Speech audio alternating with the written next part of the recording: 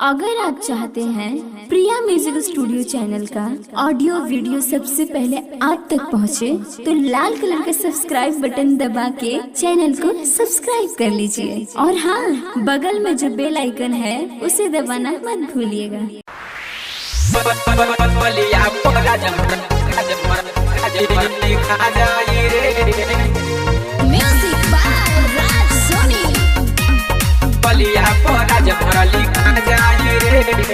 ऐसे नया वयस टेजवा पे चढ़ के एप्पल में पास बनिए बाबू पढ़ के बुझला पढ़ के बाबू पढ़। हाँ, ऐसे नया वयस टेजवा पे चढ़ के एप्पल में पास बनिए बाबू पढ़ के।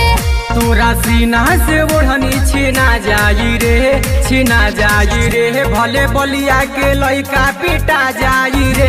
तोरा गलिया पर राज भर लिखा जाई रे, भले बलिया के लइका पिटा जाई रे। तोरा गलिया पर राज भर लिखा जाई रे, लिखा जाई रे।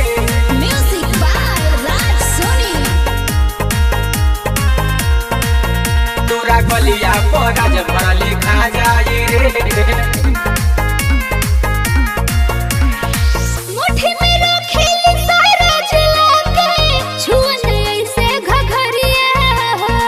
चढ़ल जवानी बा तोहर ये सोना, कमर में खुश दे मन मरिया हो, ढेर बोलबा मरिया हो। हाँ, मुट्ठी में रखेली सारा जला के छुअन ऐसे घघरिया हो।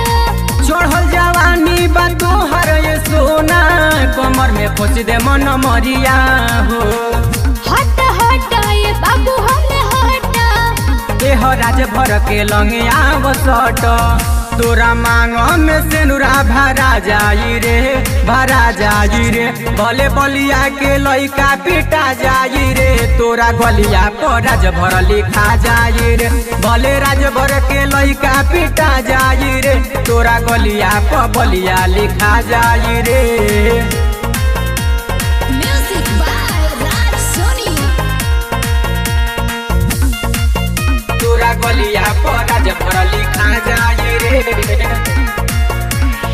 हमरा जवानी पे मर जाने बाबू, छुई न पैबा तू ना भी हो।